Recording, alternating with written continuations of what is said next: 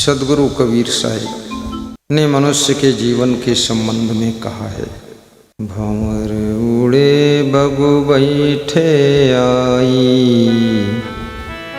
Ryan गई दिवसों चली जाई, हले हले कांपई बाला जीव, ना जाने का करी है पीव, कांचे बासन टिके न पानी, उड़ गए हंस काया कुम्हिलानी, काग उड़ावत भुजा पिरानी, कहीं कबीर कथा सिरानी, भंवर उड़े बगु बैठे आई, रयन गई दिवसों चली जाई। संत कबीर करुणा विभोर होकर बहुत प्रेम से समझा रहे कि हे मनुष्यों, रात्रि के समान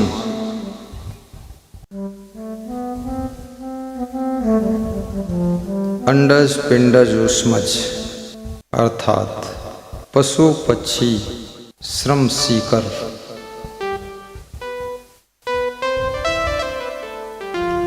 की खानियों की यात्रा करते करते ये जीव मनुष्य की योनि में आया। मनुष्य जीवन को कबीर साहिब ने दिन की संज्ञा दिया है कि मनुष्य जीवन ऐसे है जैसे दिन होता है। पशु पक्षी क्रमकीट का जीवन ऐसे है जैसे रात्रि होती है। पशु पक्षी क्रमकीट के जीवन को रात्रि जैसा क्यों कहा गया है? मनुष्य के जीवन को दिन जैसा क्यों कहा गया है? दिन का अर्थ होता है प्रकाश, प्रकाश का अर्थ होता है उजाला, रात्रि का अर्थ होता है अंधकार। अंधकार का आध्यात्मिक अर्थ होता है अज्ञान रूपी अंधकार। प्रकाश और उजाला का आध्यात्मिक अर्थ होता है ज्ञान का प्रकाश, ज्ञान का उजाला। प्रकाश भी दो प्रकार का है, एक तो सूरज का प्रकाश, चांद का प्रकाश, नक्षत्रों का प्रकाश, दीपक का प्रकाश, मोबाइल की लाइट, टार्च की लाइट, बल्ब का प्रकाश, हेलोजन का प्रकाश, ये भी प्रकाश है। लेकिन ये प्रकाश आपकी भौतिक उन्नति में सहायक है, परंतु दूसरा प्रकाश है जिसको कहते हैं ज्ञान का प्रकाश, बोध का उजाला। बोध का अर्थ भी ज्ञान ही होता है, वेद का अर्थ भी ज्ञान होता है। ज्ञान का प्रकाश केवल मनुष्य जीवन में ही हो सकता है। मनुष्य जीवन को कबीर साहब कहते हैं, मनुष्य का जीवन दिन के समान है। इस जीवन को पाकर तुम ज्ञान का प्रकाश भी प्राप्त कर सकते हो। अपने जीवन के अज्ञान रूपी अंधकार को मिटा सकते हो। अंधकार में भटक जाओगे तो रास्ता भटकोगे, लेकिन अज्ञान में भटक जाओगे तो मनुष्य योनि से भटकते भटकते पशु पक्षी कीड़े मकोड़े की योनि में चले जाओगे।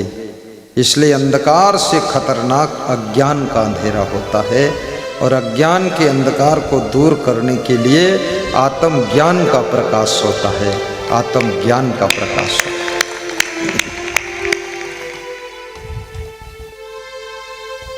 अंतर ज्ञान होना चाहिए।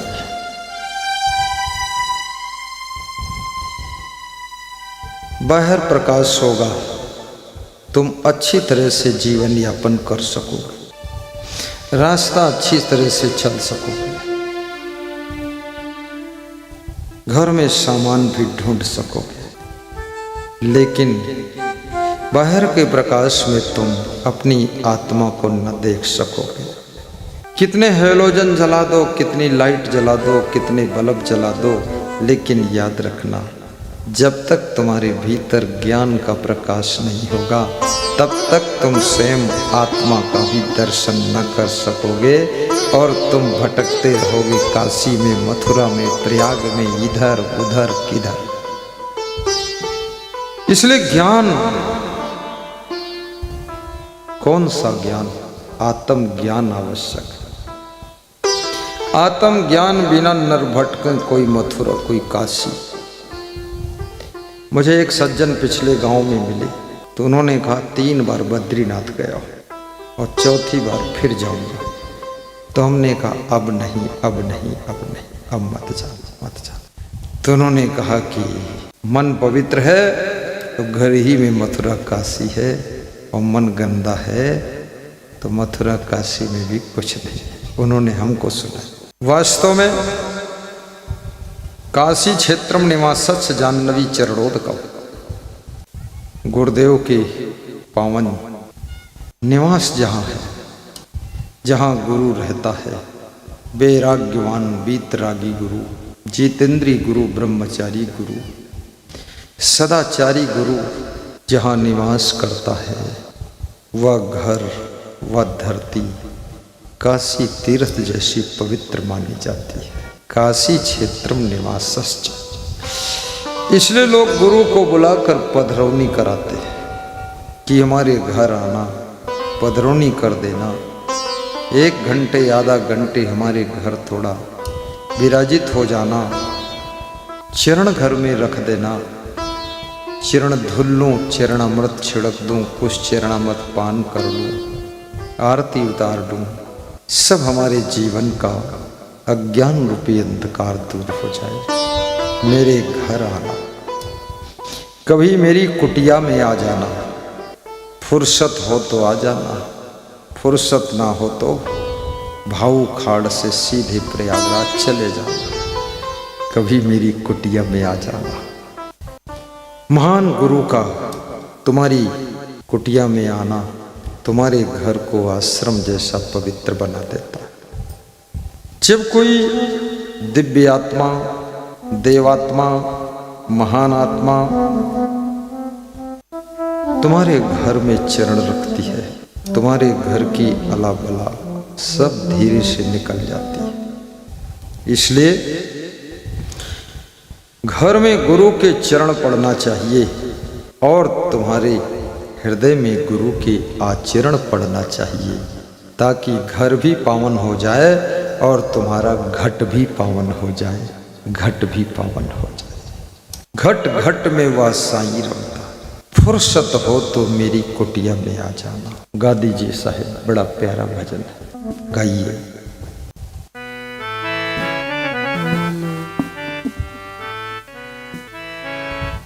फुर्सत मिले तो गुरुवर मेरे घर आना, दर्शनों की प्यास मेरे आके बुझाना। फुर्सत मिले तो गुरुवर मेरे घर आना, दर्शनों की प्यास गुरुवर आके बुझाना। मेरे घर आओगे तो चरण पखारेंगे, सामने बिठा के तुमको आरती उतारेंगे, सामने बिठा के तुमको आरती उतारेंगे। दिल में बसा जो प्यार तुम्हें है दिखाना, दर्शनों की प्यार आके बुझाना। फुर्सत मिले तो गुरुवर मेरे घर आना, दर्शनों की प्यास मेरे आके बुझाना। बोलिए सद्गुरु भगवान की जय। आपका घर तब तक घर है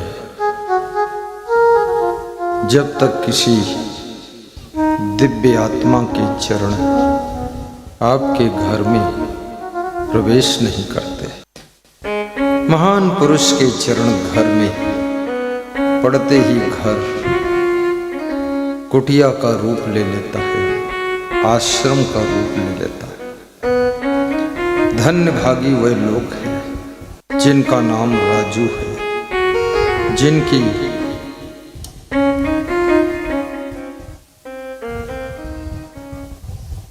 कुटिया में 4 रात गुरुदेव का निवास होगा, जिनका घर 4 दिन के लिए गुरु का आश्रम बन गया है। तुम्हारे घर में गुरु भी रहे और तुम्हारे हृदय में भी गुरु रहे। मेरे मन में बसो, मेरे तन में बसो, मेरे घर में बसो, मेरे घट में बसो। मीराबाई कहती थी, हे कृष्ण बसो मेरे नैनन में नंदलाल। शिवरी कहती थी, हे राम मेरी कुटिया में आ जाना, दर्शन दे देना। राम के साथ में शिवरी का नाम भी अमर हो गया है। कृष्ण की भक्ति करने से मीरा का नाम भी अमर है। मीरा का जन्म राजस्थान में मेड़ता सिटी में हुआ था। मीरा राजघराने की छत्री परिवार की बेटी थी और मीरा कृष्ण की बहुत बड़ी भक्त थी। हर जीव को सहारा चाहिए।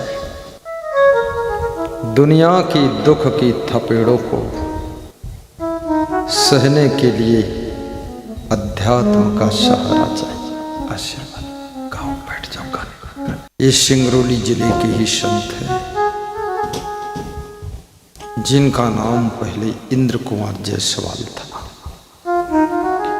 अब गुरु जी ने नाम बदलकर उनका नाम महेश दास रख दिया है।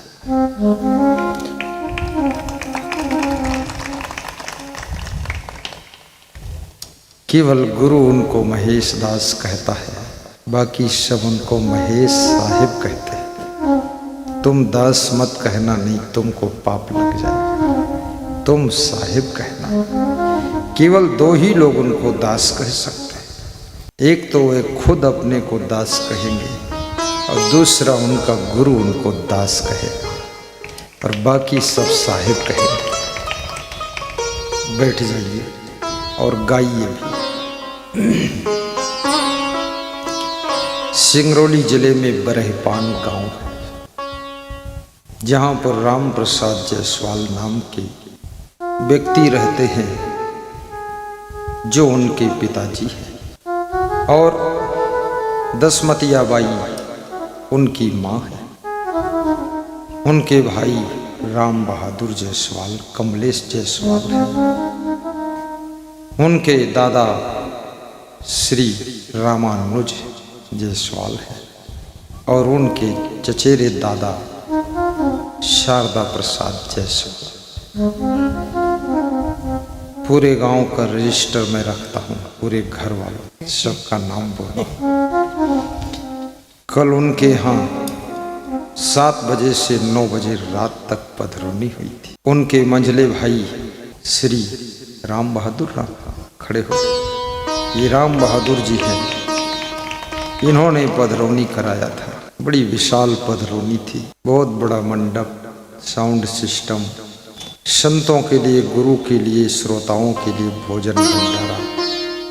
मेरे भोजन में 27 आइटम लेकर आए थे। मैंने सोचा अगर एक एक चम्मच खाऊं तो 27 चम्मच हो गया, और एक चम्मच में अगर 20 ग्राम होगा तो 27 को 20 ग्राम से गुणा कर दो। करो गुणा। फंस गए तुम भी लपड़े। गुणा भाग शुरू, गणित शुरू हो गई। आए थे प्रवचन सुनने, 20 ग्राम को 27 दूना 54, 540 ग्राम हुआ, अर्थात आधा किलो से ज़्यादा हो गया। तो एक ही एक चम्मच लिया, फिर कोई कोई 1.5 चम्मच भी ले लिया, पूरा माल छक लिया। धन्य हो राम बहादुर जी, आशीर्वाद है।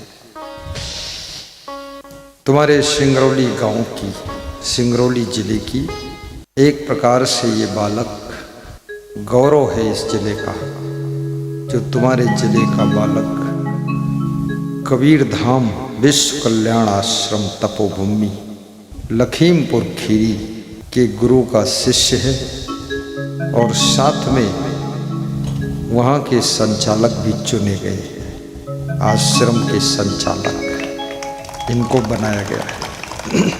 संचालक का अर्थ होता है, मेन आश्रम वही है, बड़ा आश्रम, उसके मेन इनका चुनाव हो गया है। इनके गुणों को देखकर, कलाओं को देखकर, रुचि को देखकर, बुद्धि को देखकर, स्वभाव देखकर, आचरण देखकर इनको गुरु महाराज ने चुन दिया है। हमारे यहाँ किसी का चुनाव होता है, केवल अकेले गुरु चुन देता है बस। न वोट, न सपोर्ट, न विस्फोट, न नोट, केवल गुरु बोल दिया, हो गया, झंझट खत्म। एक ही गुरु के कहने सब हो। मैं अकेला भारी पड़ जाता हूँ। पूरा जिसको जो इच्छा हो बस नाम सेट कर दे,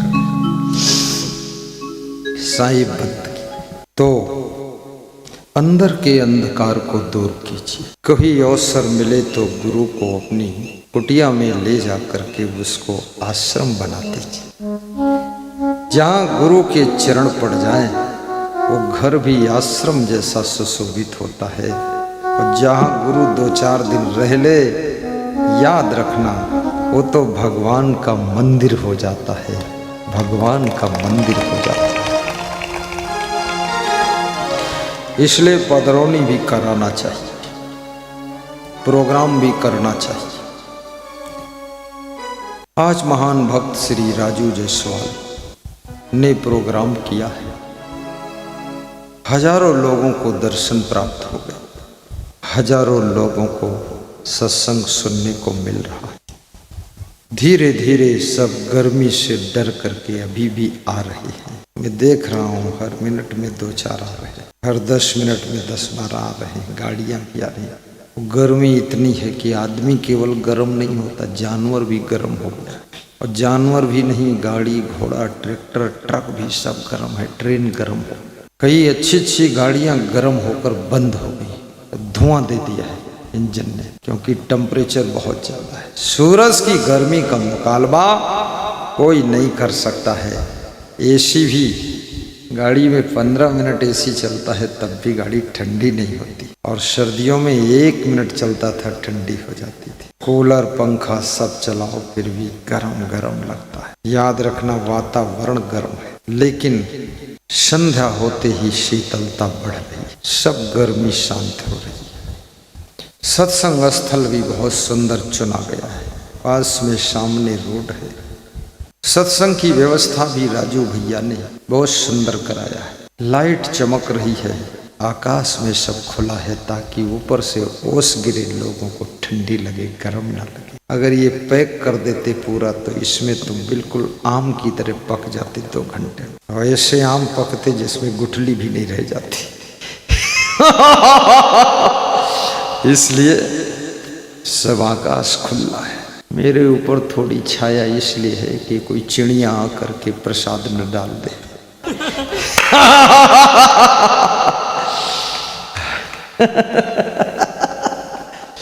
साहिब बंदगी, थोड़ा हंस दिया करो सब लोग, माता बहन हंस दिया करो, ज्यादा दुखी मत बैठो।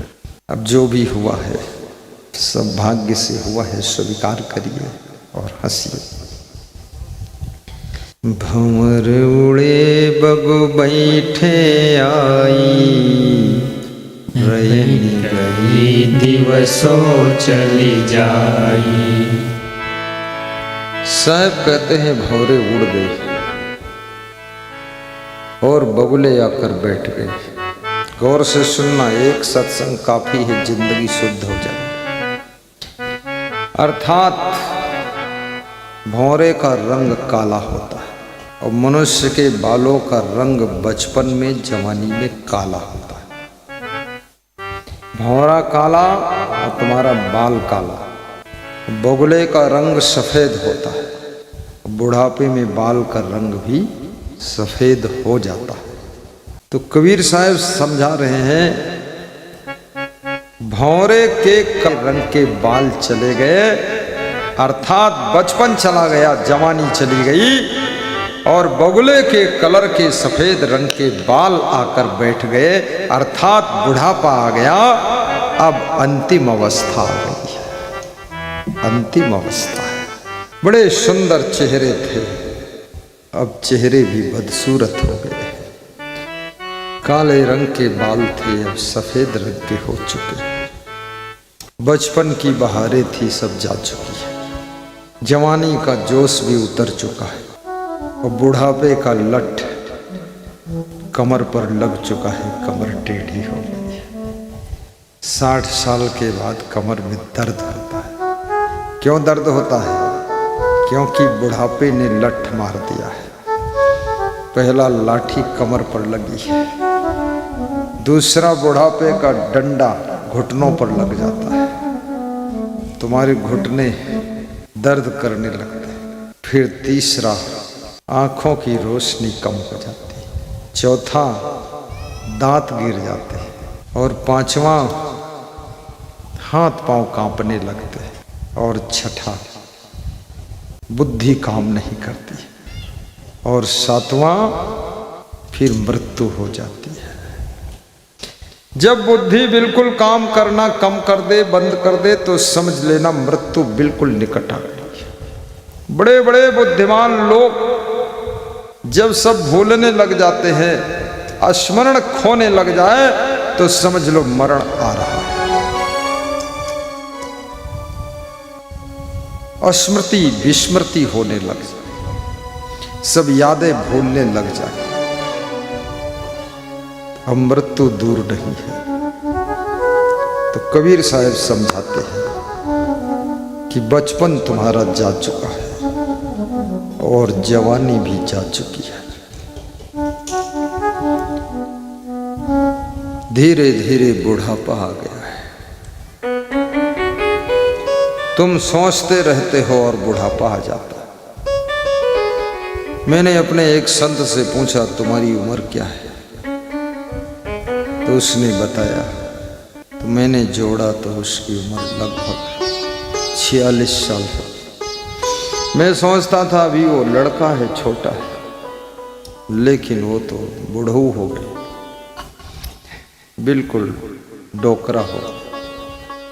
उसका मुंह भी डोकरे जैसा ही हो। रोज देखता था तो लगता था ये छोकरा है, पर जब गौर से देखा तो लगा कि डोकरा है। और उसने भी अपनी जिंदगी में मुड़ के देखा तो सोचा कि अरे जिंदगी तो गई सब।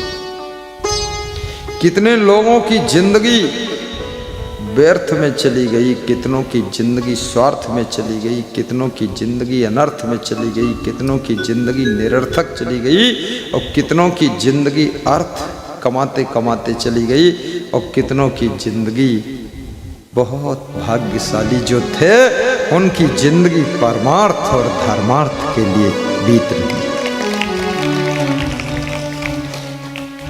जिंदगी तो बीतेगी, जिंदगी रुकेगी नहीं, जिंदगी तो चलती चली जाएगी। दिन रुकने वाला नहीं है, सूरज रुकने वाला नहीं है, चांद रुकने वाला नहीं है, पृथ्वी रुकने वाली नहीं है। ये सब घूम रहे हैं, चल रहे हैं। तुम करो कुछ ना करो, बुढ़ापा आ जाएगा, जवानी चली जाएगी, बचपन चला जाएगा और मृत्यु आ जाएगी। लाश हो जाएगा, शरीर दफन हो जाएगा, कफन हो जाएगा, राख हो जाएगी।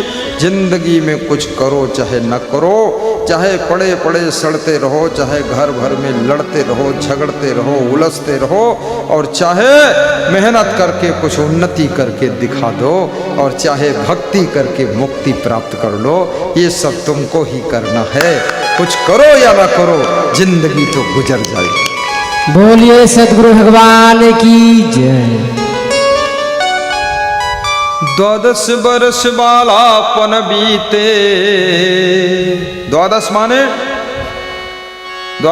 12। द्वादश माने संस्कृत का शब्द है ये। द्वादश माने क्या होता? 12। फिर मोड़ हिलाते नहीं मालूम, अभी बताए तुरंत भूल गए। द्वादश माने 12, ठीक। द्वादश माने दोबारा, वो दोबारा बता रहे, दोबारा की 12, ठीक। फिर पूछ लूंगा, ध्यान से सुनो सत्संग।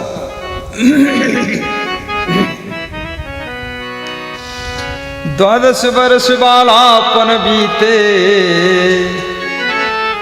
और 20 में जवान भयो,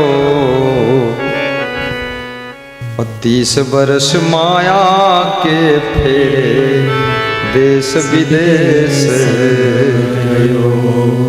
उम्र सब धोखे में बीती गयो, उमरिया धोखे में बीती गयो। चली जा रही है उम्र धीरे धीरे, झुकी जा रही है कमर धीरे धीरे। कमर झुकी जा रही है, उम्र चली जा रही है, और नजर घटी जा रही है।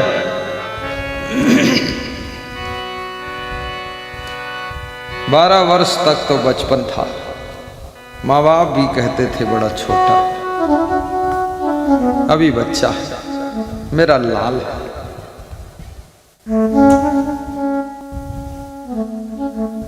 20 वर्ष के जब हो गए, माँ बाप भी कहने लगे, अब मेरी बेटी जवान हो चुकी, बेटा भी जवान हो चुका। जवान होना भी सौभाग्य की बात है। कितने लोग जवान होते ही नहीं,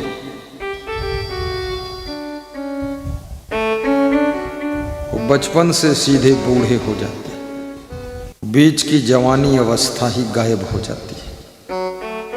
उनको इतनी बीमारी घेर लेती है कि जैसे कोई बच्चा तीसरी में पढ़ता हो, कूद करके 5वीं में आ जाए, चौथी में पढ़े ही ना, ऐसे वही भी बचपन से कूद कर सीधे बुढ़ापे में आ गए, जवानी में पहुंचे ही नहीं। बीमारियों का प्रकोप तुमको समय से पहले बूढ़ा कर देता है, समय से पहले तुम्हारी मृत्यु भी हो जाती है, और समय से पहले तुम कमजोर हो जाते हो।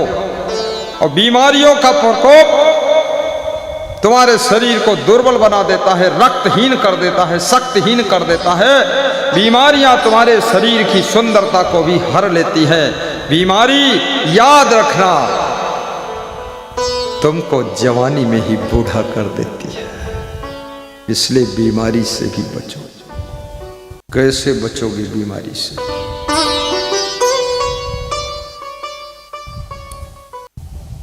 आज मैंने गूगल में पूछा कि चावल यदि ना खाए कोई तो क्या फर्क पड़ेगा, तो गूगल ने कहा चावल ना खाने से कोई खास फर्क नहीं पड़ेगा। फिर हमने पूछा रोटी ना खाए तो, बोले तो फर्क पड़ जाएगा, इसलिए रोटी जरूरी। हमने कहा सब्जी ना खाए तो, बोले तो जिंदा ही नहीं रहोगे। दाल ना खाए तो, बोले हड्डी ही कमजोर हो जाएगी। तो हमने कहा दूध पीना चाहिए कि नहीं, तो बोला थोड़ा पीना चाहिए कभी कभी। हमने कहा घी, तो उसने कहा फालतू मत पूछो, पीना है पी लो जो।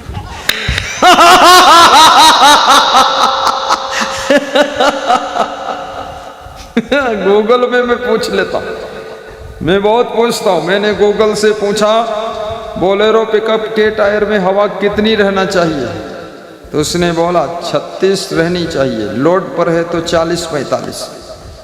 तो जो मेरा ड्राइवर चलाता था बोलेरो पिकअप ने कहा तेरे में कितनी हवा तू डालता है, तो बोला 80-90 डालता हूँ। तो हमने कहा रिजल्ट क्या आया, बोले नया टायर फट गया। अरे गूगल से पूछ लो भाई, सब कुछ गूगल बता देता। मैंने ये पूछा कि कि असंग साहेब कैसे संत हैं? तो उसने कहा असंग साहेब एक प्रचारक संत हैं, समाज सुधारक हैं, नशा मुक्ति सिखाते हैं, समाज में शांति पैदा करते हैं। फिर हमने पूछा असंग साहब पैदल चलते हैं, उनके पास गाड़ी की व्यवस्था रहती कि नहीं? बोले वे हमेशा गाड़ी से चलते हैं, पैदल कभी नहीं चलते हैं, उनके लिए गाड़ी लगी रहती, बोल दिया उसने। फिर एक दिन मैंने पूछा असंग साहब ईमानदार कितने हैं? बोला 116% ईमानदार है। तो मैंने पूछा 100% के ऊपर परसेंट नहीं होते हैं तो फिर 116 कैसे बता दिया? बोले ईमानदारी के महाबाप हैं। हमने कहा ताली बजा दो, गूगल में जानकारी कर लो। 12 वर्ष बालापन बीते 20 जवान भयो। कितने लोग जवान नहीं होते हैं और जवानी वाला काम शुरू कर देते हैं। 13 साल की उम्र में व्यभिचार कर रहे हैं, 14 साल की उम्र में बॉयफ्रेंड गर्लफ्रेंड बना रहे हैं। मन बड़ा चंचल है, विषय वासना के जहर को पी रहे हैं, जीवन के प्रश्नों को हल नहीं कर रहे हैं, जिंदगी को ही हलाहल बना रहे हैं। याद रखना कच्चा फल तोड़ने से भी सड़ जाता है, इसलिए कच्ची उम्र में संसार के विषय भोग करने से बहुत जल्दी बुढ़ापा आ जाता है, कमजोरी आ जाती है। बोलिए सदगुरु भगवान की जय। थोड़ा उम्र पकने दो, शरीर का रक्त भी परिपक्व होने दो, शरीर की शक्ति भी भरने दो और शरीर की वीर शक्ति रज शक्ति को भी पूरा परिपक्व हो जाने दो।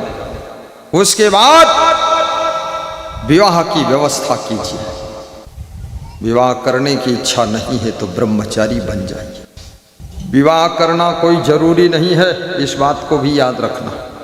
अगर तुम्हारी इच्छा नहीं है, बिना विवाह के रह सकते हो, इंद्रियों को बस में रख सकते हो, मन को कंट्रोल कर सकते हो, लड़की हो या लड़का हो, फिर विवाह के लफड़ा में फंसना ही नहीं।